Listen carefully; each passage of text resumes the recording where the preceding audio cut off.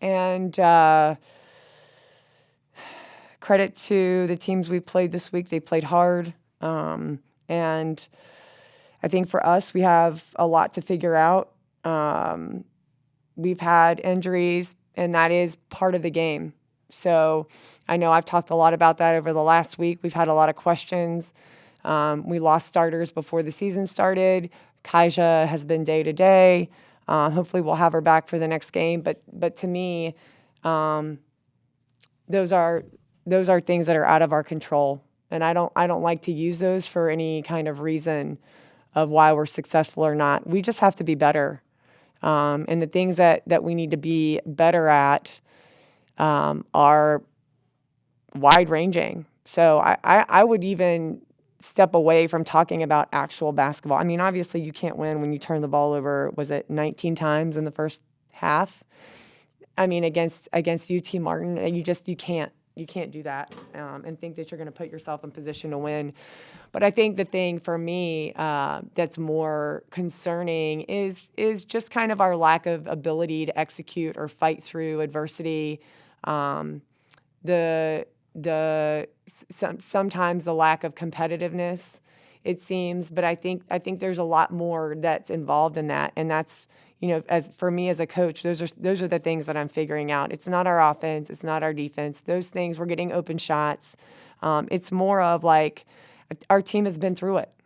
Our team is going through it. And they know that I talk about this a lot, where you can't skip any steps on the path of becoming something really great, right? And the things that we want in life that are really great to have are really hard to get. The things that are easy to get, they're just, everybody has them. They're not that great. And that's just in your life, whether it's, families and great jobs and support and all the things, houses, those things are hard to get and hard to keep. And so we are right now in the process of figuring out how hard it is to be really good, especially through adversity. And so I worry more about making sure that we give that process its respect, and that we make sure that I make sure I support my staff and my team through it, knowing how hard it is, so that we can come out on the other side even better. When we get Kaija back, obviously we'll be better, but I think more about the future of our program too. So yes, it sucks to lose the 2 games that we lost this week. Yes, obviously those are terrible losses for Vanderbilt basketball. I get that. But you don't skip steps on the process to being great. And I'm not looking at it like I'll do anything to win a game. No, I won't do anything to win a game. I'm gonna make sure that we pay attention to the things that are gonna make us a championship program. And as we move forward through this season, that will be our focus. And I think our team understands that, and I know they'll respond. Questions, guys? You talked about not an offensive problem, not a defensive problem, more this lack of competitiveness. So how do you go about fixing that besides getting key players back from injury? Yeah, I think you continue to put the players that we have in a position of that's really hard in practice, and help them figure out how to fight through it, and then show them like you can do it. You can fight through it. Doesn't always mean you're gonna come out unicorns and rainbows with the win, but being able to fight and take pride in that fight is what's important, and knowing no matter what when you leave the court, that results never define you as a person. So it's hard, when you have a certain role, and then your role changes, quickly because you lose kind of major pieces. That's hard, but that's not. I mean, it's not like we're the only team that's going through something like that, right? So you got to figure things out on the fly. And so the thing that our team needs to do the most is just play. We need to play. I need to put them in tough positions in practice, and we need to play through them, and that's how you develop confidence. We need to make plays when the game is on the line, or when we're behind by 6 or 8. They need to figure out how to fight through that to get back out on top. And those are things that we can work on in practice, continuing to put them in positions where they have to compete, and understanding that if they fail, it's not the end of the world. None of us are ever defined by our results, right? Like, I'm certainly not. I'm defined by my faith, my family, my character. like results, but you better believe I'm going to work my butt off. So I'll never leave feeling like I didn't give it my all. And I think right now that's not how we feel, right? So we're not feeling like we're giving it our all. And I feel like when we do that, and I know my team knows when we do that, then we'll be in a much better place to compete to win games. We're just not there yet. 19 turnovers in the first half, like you said. Only 5 in the second half, though.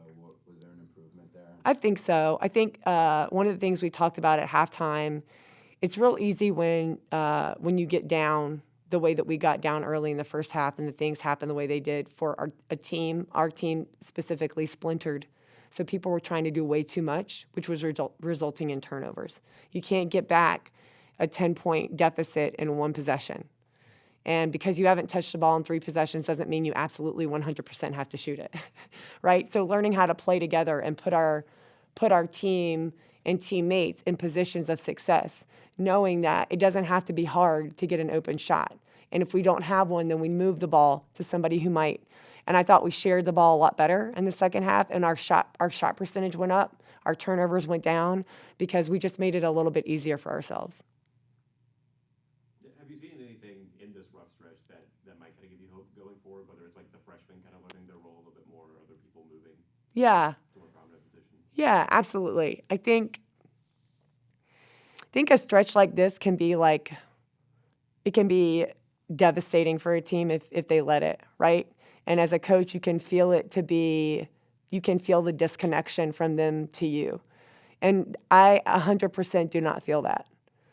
Our team is connected to me and our staff.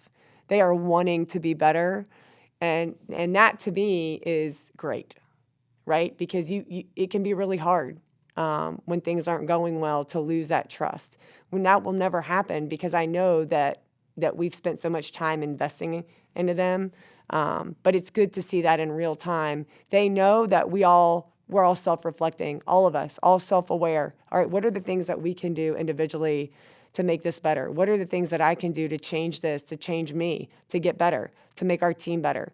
And when you go through a stretch like that, if you can stay focused on those things, then you have a chance. And also with my team, I want to make sure that no matter what happens ever, that we're never disconnected, right? My team, my program, that's really, really, really important to me. This is going to be super hard. The building of and revitalization of Vanderbilt basketball is going to be hard, but we are always going to be connected, and we're always going to find the positive silver linings and the ways that we can continue to improve not only our team, but this program and ourselves. And so there is a positive in that, because I just sat in there and talked to them, and they want to be better. They're ready to come back and work. And that's really good. That means we're going to go somewhere. Anything else, guys? I'm all good. All right. I appreciate y'all. Thank you, guys.